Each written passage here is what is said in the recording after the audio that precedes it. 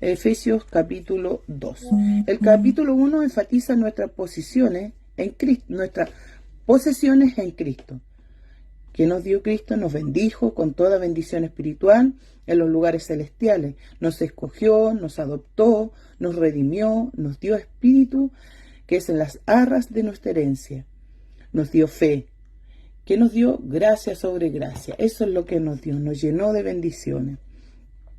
En el capítulo 2 enfatiza nuestra posición en Cristo. Los cristianos, independientes del lugar en que estemos, tenemos poder y autoridad en el campo espiritual debido a nuestra posición en Cristo. Cuando posición es en cómo estamos en Cristo nosotros, ¿ya? Porque dice independiente del lugar, y hace referencia a que Pablo, cuando escribió esta carta, él estaba preso. Y de él estando preso, con esta carta trajo gran bendición, sabiduría y conocimiento a cada uno de nosotros y a todos los creyentes de ese tiempo.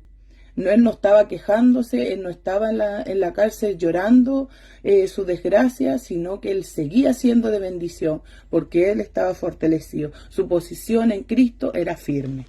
Amén. Esta es la introducción. Del versículo 1 al 10. Este capítulo nos habla el método de salvación. Vamos a dar inicio del versículo 1 al 5. Y dice así: Y Él os dio vida a vosotros cuando estabais muertos en vuestros delitos y pecados, en los cuales anduviste en otro tiempo, siguiendo la corriente de este mundo, conforme al príncipe de la potestad del aire, el espíritu que ahora opera en los hijos de desobediencia, entre los cuales también todos nosotros vivimos en otro tiempo en los deseos de nuestra carne, haciendo la voluntad de la carne y de los pensamientos, y éramos por naturaleza hijos de ira, lo mismo que los demás. Pero Dios, que es rico en misericordia por su gran amor con que nos amó, aun estando nosotros muertos en pecado, nos dio vida juntamente con Cristo, por gracia sois salvos. Amén. La Biblia habla que el hombre está muerto espiritualmente. Generalmente cuando hablamos de muerte, pensamos en la separación del alma y del cuerpo. Sin embargo, la Biblia habla de otra muerte, la muerte espiritual. Pablo elogia a los cristianos de Efeso porque un día ellos estaban muertos en sus delitos y pecados, pero ahora habían resucitado a una nueva vida. Es el pecado el causante de que los seres humanos sin Cristo estén muertos espiritualmente. O sea, sin Cristo estamos muertos. Así estaban en ese tiempo los efesios, así estuvimos un tiempo también nosotros antes de conocer a Cristo, antes de haber escuchado el llamado.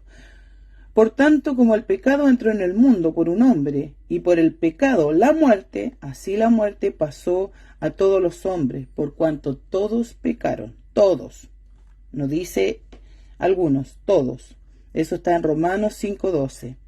Esta muerte espiritual se refiere a que el hombre espiritualmente está separado de Dios y su naturaleza lo impulsa a pecar constantemente en contra de él. Ahora bien, esta muerte espiritual lo lleva a enfrentar el juicio divino, donde por sus pecados serán juzgados y condenados en el lago de fuego. Y esto la Biblia lo llama la muerte segunda. En estos versículos vemos tres elementos que nos impulsan a pecar. La palabra pecado en la Biblia significa errar el blanco, y con ella describe toda clase de acción y pensamiento que Dios prohíbe por medio de su escritura. En Efesios, Pablo nos presenta tres elementos que nos impulsan a pecar. El primero, el mundo. La Biblia nos enseña que debemos apartarnos de todo lo que en el mundo se nos ofrece porque es contrario a la voluntad de Dios. Y en 1 Juan, capítulo 2, del 15 al 16, dice así: No améis al mundo ni las cosas que están en el mundo. Si alguno ama el mundo, el amor del Padre no está en él. Porque todo lo que hay en el mundo, los deseos de la carne, los deseos de los ojos y la vanagloria de la vida, no provienen del Padre, sino del mundo. Aquí nos está diciendo claramente las cosas que el mundo nos trae, nos da. vanagloria, deseos de la carne. Ya hemos en estos últimos estudios y las prédicas nos hemos hablado bastante de las obras de la carne. Dice, todos vivíamos y andábamos en el mundo, y este sistema de valores corrupto contribuye a nuestro problema, con el cual batallamos, la carne, el mundo y el diablo. El mundo de hoy en día es más corrupto que nunca. Los medios de comunicación, especialmente la televisión e internet, tienen una influencia poderosa, casi completamente mala, o sea, es muy poco lo que se puede rescatar. Por desgracia, la mayoría de los cristianos pasan mucho más tiempo frente a esas pantallas que frente a sus Biblias y en el rostro de Dios. Es tal cual. Sabemos cuánta influencia tiene todo, que nosotros hoy en este momento lo estamos usando, le estamos dando un buen uso de poder promover la palabra de Dios a través de este medio. Pero normalmente la mayoría de los seres humanos lo ocupan más que nada para el placer de ellos, para el placer de la carne. ¿Y qué hace eso? Los corrompe. El segundo es el diablo y sus demonios. Conforme al príncipe de la potestad del aire. Ese es el príncipe de la potestad del aire. El espíritu que ahora opera en los hijos de desobediencia. O sea, los que desobedecen están con el diablo. Este versículo nos enseña que como el diablo se ha dedicado a tentar a la humanidad desde el principio, tentó a Adán y a Eva en el huerto de Edén, eso lo vemos en Génesis, tentó al Señor Jesús en el desierto, en Mateo 4:1, sabiendo que nuestro Señor Jesucristo lo tentó, pero él no fue tentado, él no cayó en tentación. Cuando Pablo envió a Timoteo a la iglesia de Tesalónica, lo hizo porque temía que el diablo los hubiera tentado. Eso está en 1 Tesalonicenses 3:5. Uno de sus nombres en la Escritura es el tentador, de los tantos nombres que tiene. Normalmente es muy fácil culpar al diablo por nuestra rebelión y pecado. Pero ¿qué hay que hacer? Hay que aprender a asumir nuestra responsabilidad de nuestras propias decisiones, porque somos muy buenos para culpar. Muchas veces no es que el diablo lo hizo caer, el diablo tentó, pero ¿qué va? Nosotros tenemos que no caer en tentación, sobre todo si estamos en Cristo, con mayor razón, Él nos ayuda a no caer en tentación. No hay ninguna tentación que no podamos soportar, pero en Cristo. Si estamos en Cristo, no caeremos en tentación. Y el otro, el tercero, que viene siendo la carne, entre los cuales también todos nosotros vivimos en otro tiempo en los deseos de nuestra carne. Cuando las Escrituras hablan de carne, no se refiere al cuerpo, sino a la naturaleza pecaminosa, la cual es una herencia de Adán, cuyos deseos nos impulsan a pecar.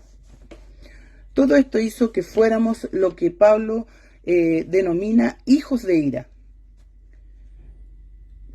Como bien se traducen en la mayoría de las versiones castellanas, destinados a la cólera. O sea, destinados a la cólera. Es decir, aquellos que son condenados a sufrir la santa ira de Dios, dirigida al pecado. En algún momento Dios va a condenar a los que pecaron.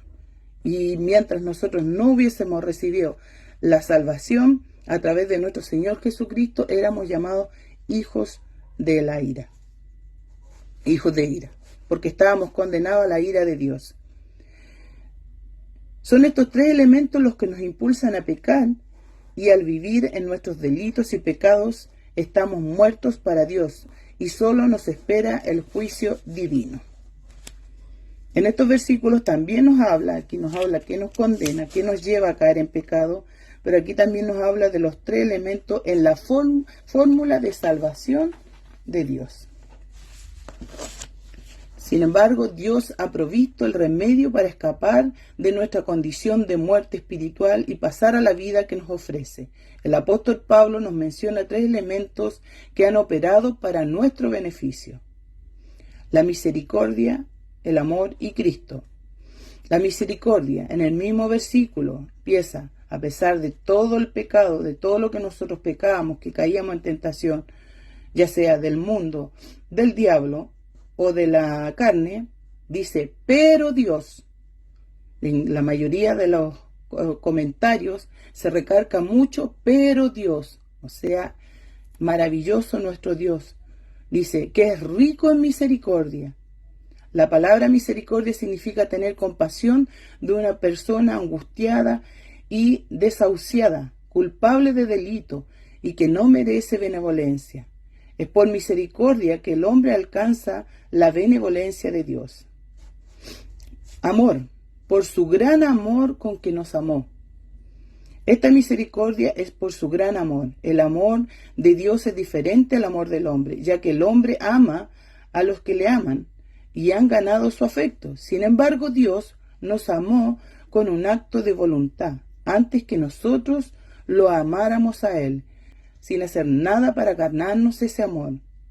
No por ser vosotros más que todos los pueblos, os ha querido Jehová, os ha escogido, pues vosotros erais el más insignificante de todos los pueblos. Eso decía en Deuteronomio 7:7, eso se lo decía al pueblo de Israel. No era porque ellos tenían algo especial, al contrario, era el más insignificante. Así también nos miró y nos amó Dios a nosotros. ¿Y cuál era la otra fórmula? Cristo, a través de Cristo. Nos dio vida juntamente con Cristo. Por gracia sois salvos. Es por su gran misericordia y su eterno amor que Dios envió a su Hijo a morir por nuestros pecados, y ahora podemos ser salvos del juicio eterno y pasar de muerte a vida. Mas Dios muestra su amor para con nosotros en que, siendo aún pecadores, Cristo murió por nosotros. Eso está en Romanos 5:8. Una vez más, Pablo quiere dejar muy claro que todas estas bendiciones no tienen nada que ver con nuestros méritos. El contraste entre nuestra condición anterior y nuestra nueva vida en Cristo es muy impresionante. Y todo es por la gracia de Dios. Dios lo prefiere así, porque nadie puede jactarse de ser salvo. Así es, nadie, ninguno de nosotros.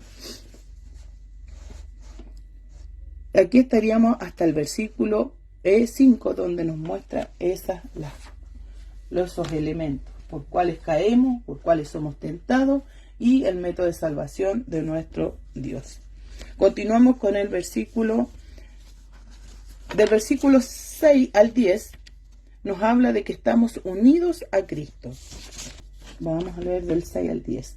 Dice: y juntamente con Él nos resucitó, y asimismo nos hizo sentar en los lugares celestiales con Cristo Jesús, para mostrar en los siglos venideros las abundantes riquezas de su gracia en su bondad para con nosotros en Cristo Jesús.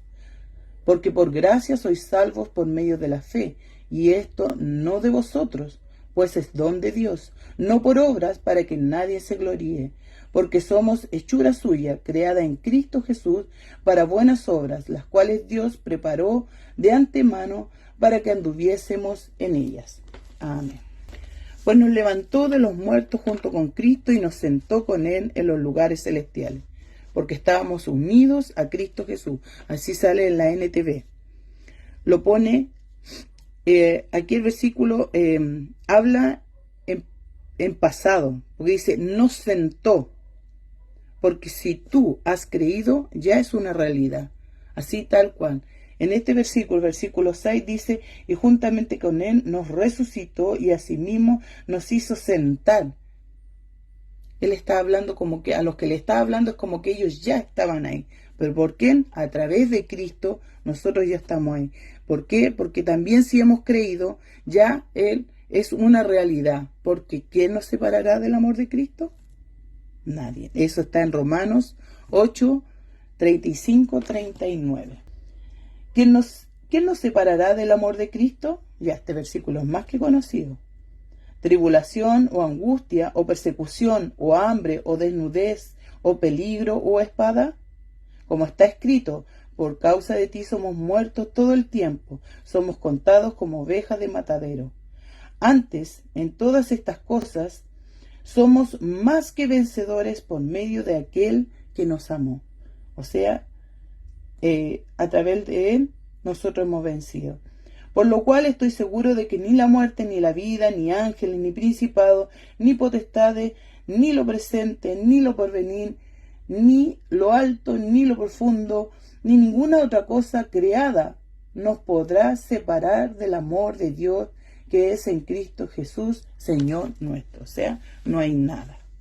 Aquí lo dice por primera vez y lo repite en el versículo 7. Estamos unidos a Cristo Jesús. Eso es maravilloso. Él apenas describió nuestro pecado y rebelión, pero Dios llega al extremo y hace lo más radical posible por nosotros, compartirnos toda la vida con Cristo. Nos levantó de los muertos juntos con unión en Cristo. Nos sentó con Cristo en los lugares celestiales. Estamos unidos a Cristo. ¿Te das cuenta del gran privilegio de estar sentado con Cristo? Así cada uno de nosotros tenemos ese privilegio, los que hemos creído. ¿Qué implica estar unido a Cristo? No solo lo dice aquí, pero morimos en Cristo. Crucificamos la carne. Esta muerte se simboliza en el bautismo, junto con nuestra resurrección, cuando salimos de las aguas. En el versículo 10 continuamos, dice, creado para buenas obras, hechura suya. Otra vez se refiere al poder creador de Dios, el mismo poder que creó el universo. Eso lo vemos en Génesis 3:9. De antemano, el plan de Dios con respecto al plan de la salvación es eterno, y las buenas obras son una parte integral de este plan eterno de Dios. En contraste, anduvisteis en delitos y pecados, que la práctica de buenas obras, o sea, ese es el contraste. Antes andábamos en delitos y pecados, y ahora que la práctica sea de buenas obras, sea la regla de nuestra vida, de nuestro modo de vivir, como el pecado lo era cuando vivíamos en el mundo. De esta manera seremos, por la gracia, no hijos de ira, sino hijos de Dios e hijos de la resurrección. Continuamos con los versículos 11-13, y aquí nos habla de la posición de los gentiles por naturaleza. Y dice así, 11-13.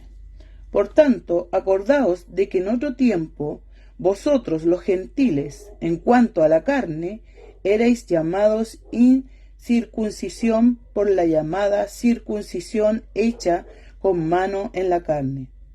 En aquel tiempo estabais sin Cristo, alejados de la ciudadanía de Israel y ajenos a los pactos de la promesa, sin esperanza y sin Dios en el mundo. Pero ahora en Cristo Jesús, vosotros, que en otro tiempo estabais lejos, habéis sido hechos cercanos por la sangre de Cristo. Aquí se refiere a los gentiles. Por lo tanto, acordaos, para estar más agradecidos debemos recordar siempre el contraste entre nuestro estado anterior, lo que éramos, y nuestro presente estado, lo que somos, y andar con más cuidado. O sea, debemos cuidar lo que somos ahora en Cristo. Eres llamado incircuncisión, con desprecio y desdén por los judíos. Y circuncisión es el signo físico de la relación especial con Dios que los judíos gozaban durante la dispensación mosaica. Pero aquí Pablo dice la llamada circuncisión, para exponer la falsa confianza que ellos todavía tenían en este rito, ya abolido por Cristo en la cruz. O sea, ya no era necesario. Los judaizantes son designados los mutiladores del cuerpo para deshonrar y denunciar su práctica. Hecha con mano en la carne, que esto era la circuncisión. Esto indica que es carnal y no espiritual, porque podría circuncidarse y seguir siendo el mismo pecador. Y en la verdad no eran mejores que aquellos a quienes llamaron incircuncisos. 5 condiciones tristes de los gentiles inconversos. Sin Cristo, estos eran los gentiles. ¿Por qué? Porque ellos no tenían a Cristo. No tenían conexión o relación alguna con Cristo. No tenían conocimiento de Él, ni interés alguno en Él. Vivían en un estado de tinieblas y condenación. No había ninguna expectación en su corazón de alguna expiación hecha por Cristo por sus pecados. O sea, ellos no tenían ese conocimiento. Alejados de la ciudadanía de Israel. Los judíos eran ciudadanos, los gentiles no. Los gentiles no eran copartícipes en la teocracia o constitución bajo la cual Dios se revela a sí mismo y permitió relación íntima consigo. Los arreglos especiales para la adoración de Dios se hicieron directamente con los israelitas. Tenían ley especial, templo especial, ordenanza, estatutos, etc., que constituyeron parte integral del pacto o convenio entre Dios e Israel, pero los gentiles vivían desprovistos de esta ciudadanía, ajenos a los pactos de la promesa, estaban muy ajenos a todo lo que los judíos vivían. La palabra ajenos indica uno que no es miembro de algún estado o ciudad. El pensamiento es que desconocieron los pactos hechos con Abraham y sus descendientes con respecto a la promesa de Dios de bendecir a todas las naciones a través de ellos.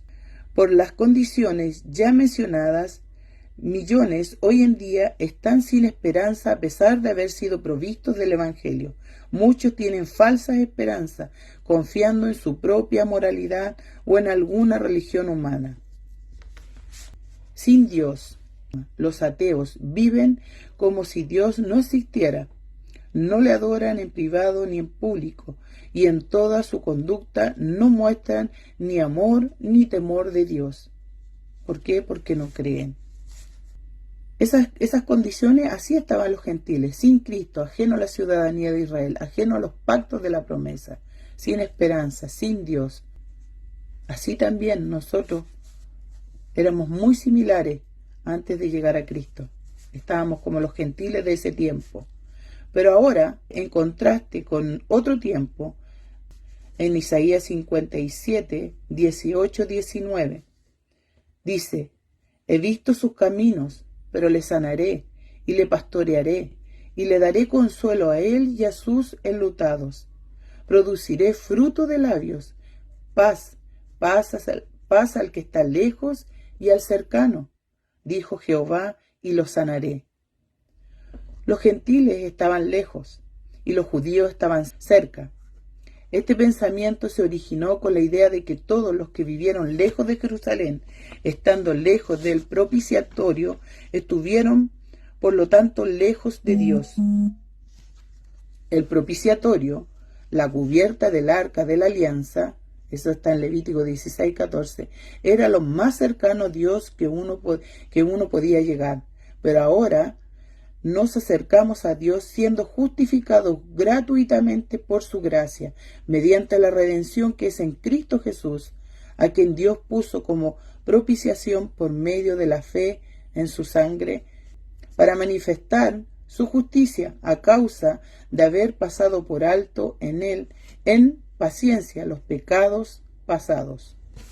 Jesús dijo en Juan 10, 16, también tengo otras ovejas que no son de este redil, aquellas también debo traer, y oirán mi voz, y habrá un rebaño y un pastor. Aquí se refiere a cómo él une a los judíos con los gentiles. Por consiguiente, Pedro pudo decir en el día de Pentecostés: porque para vosotros, judíos, es la promesa, y para vuestros hijos, y para todos los que estén lejos, los gentiles, para cuantos el Señor vuestro Dios llamare. Los judíos se acercaban al propiciatorio, el símbolo de la presencia divina, por medio de la sangre que se ofrecía en los sacrificios que apuntaban hacia Cristo. O sea, era como lo que después nuestro Señor Jesucristo iba a hacer en la cruz. Él iba a ser el Cordero que iba a dar su sangre por cada uno de nosotros, para el perdón de nuestros pecados. Pero ahora Cristo se ha ofrecido a sí mismo como la verdadera expiación por los pecados, tanto de los gentiles como de los judíos. No hay diferencia en ninguno de ellos. Entonces aquí podemos ver claramente cómo Dios los hizo un mismo pueblo, un mismo rebaño con un solo pastor. ¿Quién es? Cristo Jesús. Continuamos con los versículos 14, del 14 al 18. Porque Él es nuestra paz, que de ambos pueblos hizo uno, derribando la pared intermedia de separación, aboliendo en su carne las enemistades, la ley de los mandamientos expresados en ordenanzas, para crear en sí mismo de los dos un solo y nuevo hombre, haciendo la paz, y mediante la cruz reconciliar con Dios a ambos en un solo cuerpo, matando en ella las enemistades. Y vino y anunció las buenas nuevas de paz a vosotros que estabais lejos y a los que estaban cerca, porque por medio de él los unos y los otros tenemos entrada por un mismo Espíritu al Padre. Amén. Anteriormente judíos y gentiles tenían distintos objetos de adoración y se odiaban los unos a los otros, pero ahora adoran al mismo Dios y tienen paz entre sí. Se regocijan en el mismo Salvador, gozan de la misma redención, disfrutan de la misma esperanza. El capítulo 4, del 1 al 6, registra las 7 unidades cardinales. Estas unidades son el vínculo dorado que ha constituido a todos los obedientes en una sola familia. Los cristianos son los que se han reconciliado con Dios y por consiguiente los unos con los otros. La misma regla está en vigor hoy en día. Reconciliados con Dios, hemos de estarlo unos con otros. Si estamos reconciliados con Dios, también debemos estarlo los unos con los otros. En este caso, los judíos con los gentiles y así aún nosotros, cada uno de nosotros. Si hay dos individuos enemistados, que el uno y el otro busquen la paz con Dios por medio de Cristo. Y si logran alcanzar esta paz, pueden también llegar a lograr la paz entre ellos mismos. Cristo se llama Príncipe de Paz, en Isaías 9:6. Al Evangelio se le nombra Evangelio de Paz. La unidad y la paz merecen que hagamos un gran esfuerzo por promoverlas. Cristo es hacedor y predicador de una paz multiforme. La paz consigo mismo, la paz con el hermano y en cuanto sea posible, de su parte, la paz con todos los hombres. ¿Cuán necesaria es la paz, mi hermano? Es de vivir en paz. Es como el versículo preferido del pastor, de nuestra hermana María Elena, y ya casi todos nos sabemos: en paz me acostaré y asimismo dormiré. Pero esa paz es necesaria en nosotros y para eso debemos estar reconciliados con Dios y con nuestros hermanos. Así como Dios reconcilió a los judíos con los gentiles. La iglesia es un organismo en que todo cristiano es fundido con los demás cristianos, y este cuerpo unido viene siendo una santa habitación de Dios, la obra maestra de su sabiduría redentora, poder y gracia. Derribaron la pared intermedia de separación, a la que nombramos en el versículo ahí, pared intermedia, que era la ley de Moisés con sus ordenanzas peculiares y ritos, como la circuncisión. Exclusivos, esta pared excluía a los gentiles y circuncisos del culto verdadero. Una pared literal en el templo separó el atrio de los gentiles del resto del templo. Había inscripción que prohibía la entrada a los gentiles. Eso está en Hechos 21-28. Dando voces, varones israelitas, ayudad. Este es el hombre que por todas partes enseña a todos contra el pueblo, la ley y este lugar. Y además de esto, ha metido a griegos en el templo y ha profanado este santo lugar. O sea, aquí está hablando claramente que estaban enojados. ¿Por qué? Porque habían metido griegos en el templo. Pero Dios no quería eso. Él quería la paz, que todos fueran uno. Registra el gran alboroto levantando cuando Pablo fue falsamente acusado de haber metido a un gentil en el templo. Pero Cristo derribó esa pared. Dice Pablo en su carta a los Colosenses 2 del 14 al 17, anulando el acta de los decretos que había contra nosotros, que nos era contraria, quitándola en medio y clavándola donde en la cruz. Por tanto, nadie os juzgue en comida o en bebida o en cuanto a días de fiesta, luna nueva o días de reposo, todo lo cual es sombra de lo que ha de venir, pero el cuerpo es de Cristo. De manera que Cristo quitó aquello que ocasionó el distanciamiento entre judíos y gentiles. Hizo posible la tregua y la paz puede reinar. Con razón Pablo se gloriaba en la cruz de Cristo. Por lo tanto, quitado el sistema mosaico, el gentil tiene acceso al templo espiritual, la iglesia de Cristo. En el versículo 15 dice, aboliendo en su carne las enemistades, la ley.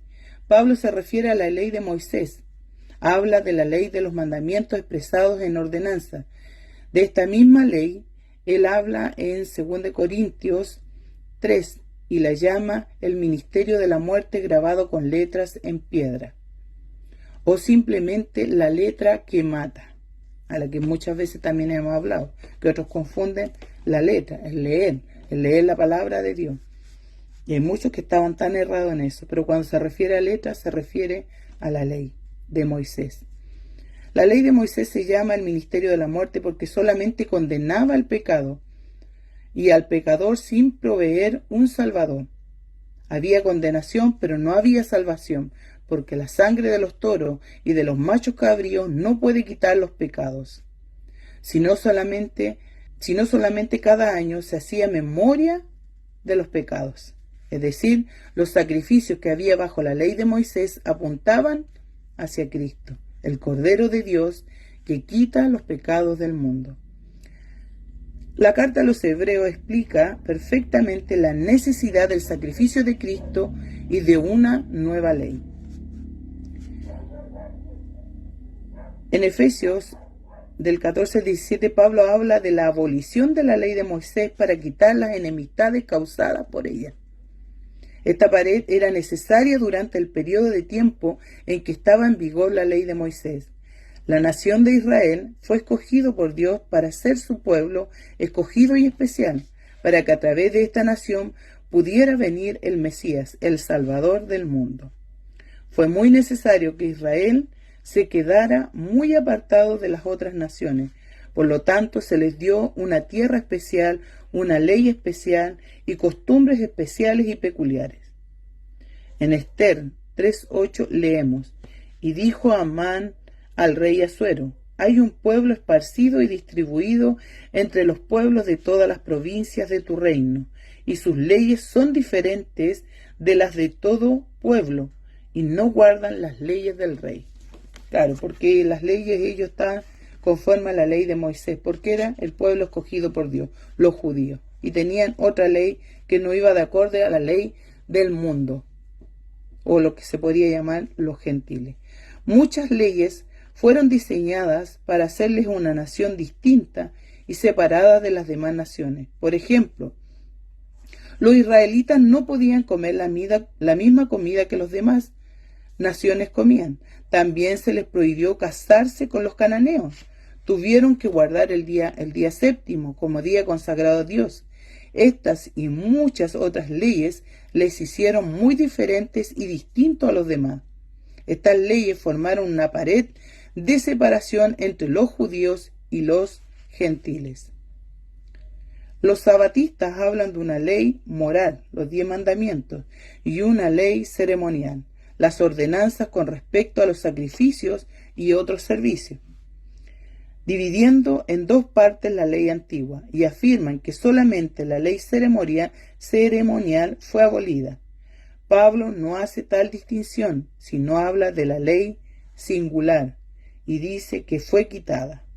Eso lo podemos ver en Colosenses 2:14, en 2 Corintios, en Romanos también, pero no lo vamos a ver ahora.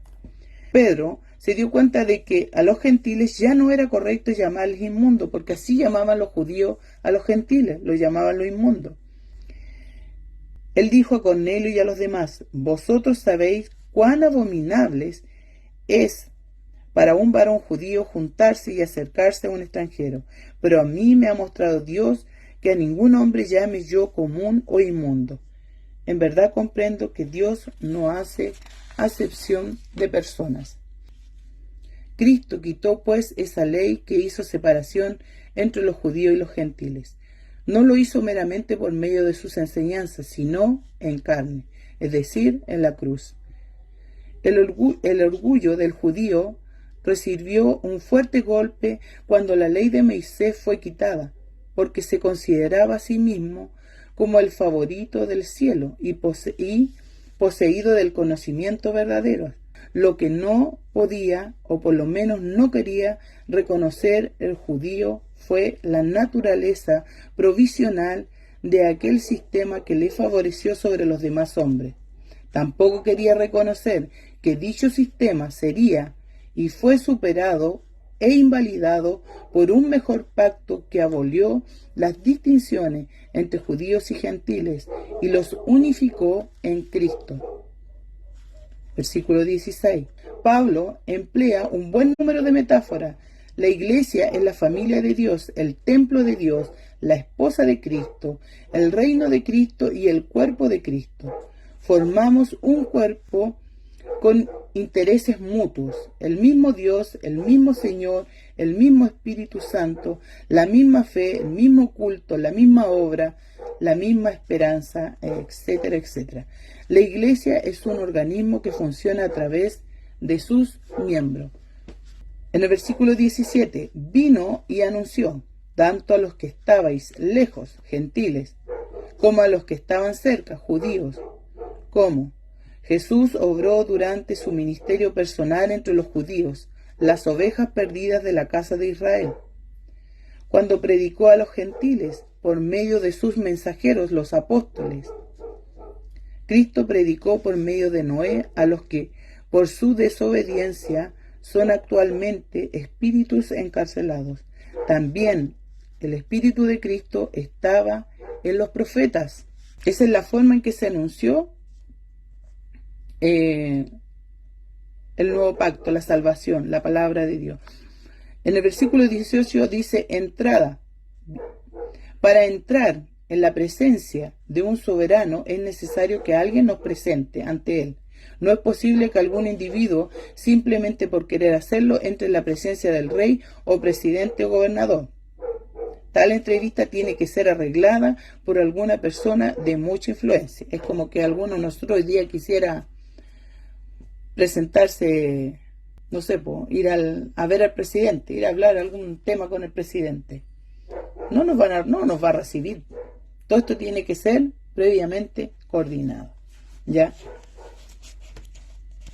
Nosotros tenemos, gracias al Dios bondadoso, entrada por medio de Cristo al trono de Dios.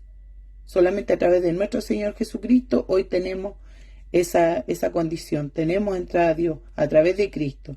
Dios, el Padre, ha hecho posible nuestra entrada a su trono.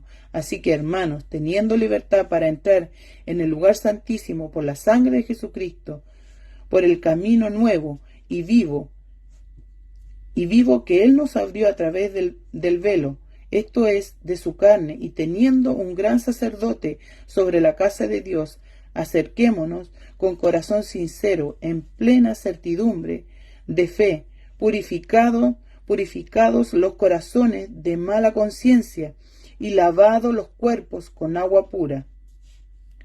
Dios, el Espíritu Santo, nos revela y explica todo detalle de esta gran bendición. Esta entrada nos alienta con motivos fuertes para que la aprovechemos. En cuanto a mi persona se refiere Pablo, no hay otra promesa que me aliente más que esta, de que por indignos que seamos, Dios nos invita a acercarnos con confianza delante de su trono por la mediación de Jesucristo. Solamente a través de Jesucristo podemos llegar a Dios. Y a los últimos versículos 19 al 22. La iglesia, un templo para que habite Dios por el Espíritu. 19:22. Dice: así que ya no soy extranjeros ni advenedizos, sino conciudadanos con los santos y miembros de la familia de Dios, edificados sobre el fundamento de los apóstoles y profetas, siendo la principal piedra el ángulo, Jesucristo mismo, en quien todo el edificio, bien coordinado, va creciendo para ser un templo santo en el Señor, en quien vosotros también sois juntamente edificados para morada de Dios en el Espíritu. Amén. Ya no sois extranjeros que no disfrutan de los privilegios e inmunidades del ciudadano. Ahora somos hijos, participantes, y no meramente espectadores o huéspedes, sino verdaderos miembros de la familia de Dios. No existen en la iglesia miembros de segunda clase, miembros inferiores, etc., debido a su raza, su lengua o pobreza. Todo santo es un soberano bajo Dios por medio de Cristo Jesús. Veamos, dice, ni advenedizos, los que moran cerca de otros, los que no son miembros, sino que viven cerca, a eso se les llama advenedizo, de alguna familia, ciudad o país. Por cerca que estuviesen, los gentiles a Dios no eran considerados por los judíos como hermanos, a menos que se circuncidaran para llegar a ser judíos.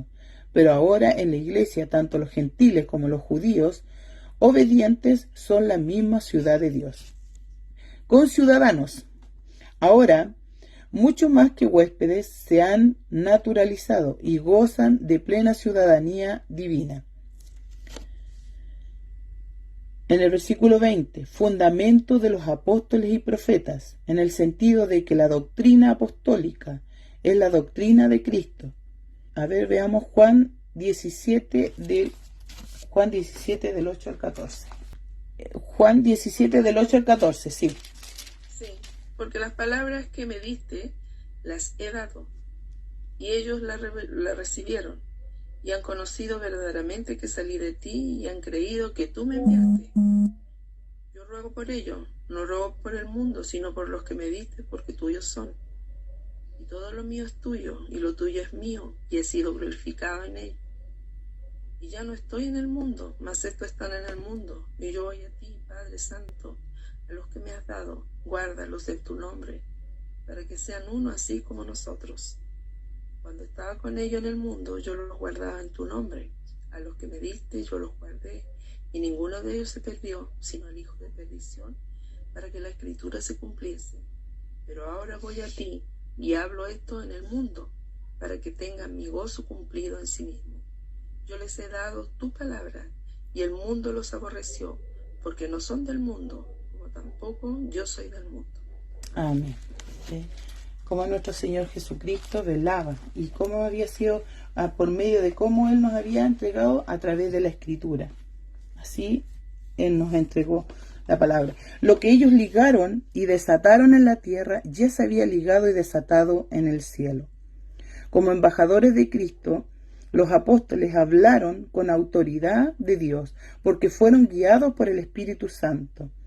Bueno, ahí tenemos varios versículos que están en la Biblia. Jesús, hablando de la gran importancia de la enseñanza apostólica, dijo que ellos ocuparían 12 tronos para juzgar a las 12 tribus de Israel durante el tiempo de la regeneración. Eso está en Mateo 19:28. Dice, y Jesús les dijo, de cierto os digo que en la regeneración, cuando el Hijo del Hombre se siente en el trono de su gloria, vosotros que me habéis seguido, también os sentaréis sobre 12 tronos para juzgar a las 12 tribus de Israel. Esto se refería a sus apóstoles. Esto comenzó a cumplirse en el día de Pentecostés, porque ellos comenzaron en ese día a predicar el Evangelio, y somos regenerados por el Evangelio. Los apóstoles ocupan tronos en el sentido de juzgar o gobernar a través de sus enseñanzas inspiradas. La expresión, las 12 tribus de Israel, significa la totalidad del pueblo de Dios, la Iglesia universal. En Gálatas 6:16 se llama Israel de Dios. Principal piedra del ángulo, Jesucristo mismo. Cristo es la piedra principal o piedra del ángulo. ¿Por qué? Por medio de esta piedra, el arquitecto ha fijado la regla para la relación y conexión de las paredes. ¿Quién es el arquitecto? Dios. La piedra del ángulo unifica una simetría a las paredes. Y la piedra del ángulo sostiene más peso que el resto del fundamento. Él sostiene todo el peso. La piedra del ángulo tiene que ser una piedra muy especial, es una piedra celeste escogida, pero Cristo fue la piedra rechazada por los edificadores, que son los judíos. Este texto da énfasis a la verdad de que el glorioso templo de Dios descansa sobre la deidad y las enseñanzas de Cristo entregadas por los apóstoles y profetas de Cristo, y no sobre la filosofía humana, ni sobre la fuerza política, ni sobre la tradición humana. En el versículo 21-22, coordinado, edificados. Concepto noble es este de la hermandad en Cristo Jesús. El Evangelio cambia la disposición de cada persona que anhele la salvación para que se sienta el deseo de formar parte de este glorioso templo, la santa habitación de Dios. Si tal persona se sujeta en cuerpo y alma a la voluntad de Cristo y cambia su actitud hacia Cristo, cambiará también automáticamente su actitud hacia el hermano. Si todos los seguidores de Cristo son en verdad cristianos y en verdad imitan a Cristo, entonces habrá una relación buena y sana entre ellos. Pero si los miembros no están coordinados, habrá discordia en el cuerpo y no será apropiado para ser un templo del Señor. Es interesante observar que la palabra templo que aparece en este versículo no es la palabra eirón, que significa el templo con sus atrios o pórticos. A ese significaba con esa palabra, eirón, sino naón, el santuario. ¿Y a qué se refiere? A nosotros. Nosotros hoy somos templo de Cristo, somos la iglesia. Mis hermanos, las enseñanzas principales que nos entrega este versículo es cómo estábamos nosotros, y así estuvieron en ese tiempo los efesios, muertos en nuestros delitos y pecados, carnales. Pero Dios tenía preparado un método de salvación, que era a través de su misericordia, por medio de la gracia. Y como ya no se me olvida, por lo que tengo muy claro, por medio de la gracia, y esto es por fe. Y la fe no es de nosotros, sino que es un don dado por Dios. O sea, nada es por nosotros. Nosotros nada podemos hacer, nada podríamos haber hecho para haber conseguido esa salvación. No hay ninguna posibilidad, porque el mundo no busca a Dios, sino que al contrario se aleja. Entonces difícilmente, si hubiese sido por obra, difícilmente hubiésemos buscado esa salvación, hubiésemos buscado a Dios. Sino que es porque Dios nos escogió, y así como nos mostraba el otro día, nos conoció, nos llamó, nos predestinó. Y qué maravilloso es poder grabarse eso, que hoy nada de lo que podamos hacer, ni siquiera en la obra de nuestro Señor Jesucristo, es meritorio para que nosotros hubiésemos sido salvos. Él nos miró y nos amó. Es así de simple, por su amor, por su misericordia y gracias a Cristo. No hay nada más. También lo que nos enseña este capítulo es que cómo Él unió a través de este nuevo pacto, a través de nuestro Señor Jesucristo, unió a los judíos y a los gentiles en un solo cuerpo, que es Cristo. Y hoy también nos habla de los que estaban, cuando se refiere a los judíos, es porque ellos se consideraban el pueblo escogido, y hasta el día de hoy hay muchos que están así y no recibieron a Jesucristo porque no lo reconocieron como el Mesías. Y los gentiles, nosotros, que éramos los lejanos, que nombraba aquí a los lejanos. Hoy nosotros ya no somos lejanos a Cristo, gracias a Él, a su misericordia. Y hoy somos ese templo, el templo, somos la iglesia. Y solamente por la misericordia de Dios. Y estar unido en Cristo es hacer la voluntad de Dios, mis hermanos. Estar unido en Cristo es que también nosotros debemos estar unidos. Así que Dios los bendiga. No sé si mi hermano Jorge llegó para que haga la invitación, parece que no, porque está atrasadito. Bueno, así que... Aquí estoy, mi hermana. Ah, ahí está. Ah, de veras, está como Jorge Carrasco, como está como Andrea siempre, entonces no lo encontré. Ya. Bueno, le damos la oportunidad a nuestro hermano Jorge para que nos invite para el próximo miércoles, si Dios así lo permite. Y soy el hermano menor del hermano Jorge. Ah, sí, hoy día está con la cara lavada la cara. Que se le bendiga, mi hermano. Vamos a estar viendo la próxima semana, si Dios quiere, ¿no es cierto? Y nos viene antes el Señor. El capítulo 3. Vamos a estar estudiándolo, analizándolo. De Efesios.